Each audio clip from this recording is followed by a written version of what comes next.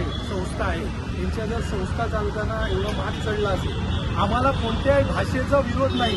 गुजराती भाषा त्यांनी ठेवावी, पण त्यांनी मराठी भाषा देखील ठळक भाषेत ठेवावं, कारण ते इलेक्ट्रिसिटी इथलं वापरतात, पाणी इथलं वापरतात, जागा पण सवलतीत महाराष्ट्राची वापरतात आहे. तर त्यांनी सरकारी नियम पाळावे. ते सरकारी आदेश पाळणार नाहीत, ते महानगरपालिकेचे, मुंबई महानगरपालिकेचे आदेश पाळणार नाही, ते सुप्रीम कोर्टाचे आदेश पाळणार नाहीत.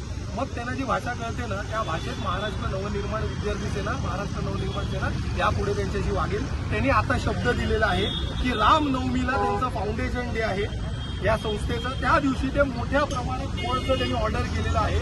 तर ते बोर्ड गुजराती आणि मराठी आणि त्यांना आणखीन काय भाषेत करायचं ते त्यांनी करावं, आमचं काही म्हणणं नाहीये. पण महाराष्ट्रात जर मराठी भाषा नसेल तर आम्ही त्यांचा कुठलाही बोर्ड राहू देणार नाही, या चॅनलच्या माध्यमातून आम्ही सांगतो. जर रामनवमीच्या नंतरही त्यांनी लावले नाही तर पुढचा पाऊल काय आहे? पुढचा पाऊल जय श्रीराम. आज तुम्ही पण मराठी पाठी लावलं होते. बरोबर, कारण त्यांच्याकडे मला वाटतं की त्यांची इच्छाशक्ती नाही आहे. कारण इंग्लिशमध्ये म्हण आहे, where there is will there is will, where there is no will there are only argument, discussion and submission. आज मला आता फक्त वाटलं की ते फक्त डिस्कशन करतात, आर्ग्युमेंट करतात, चाल ढकल करतात. म्हणून आज आम्ही आमच्यातर्फे मराठी बोर्ड लावलंय.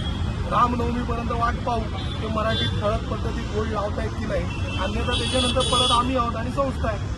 यापूर्वी पण ते आंदोलन झालं होतं, पण त्याच्यानंतर त्यांनी मराठी लावलं. काय गॅरंटी आहे की पुढे लावणार आहे? मनसेची गॅरंटी, त्यांनी बोर्ड लावलं नाही त्यांची गॅरंटी नाहीये, मनसेची गॅरंटी आहे. महाराष्ट्र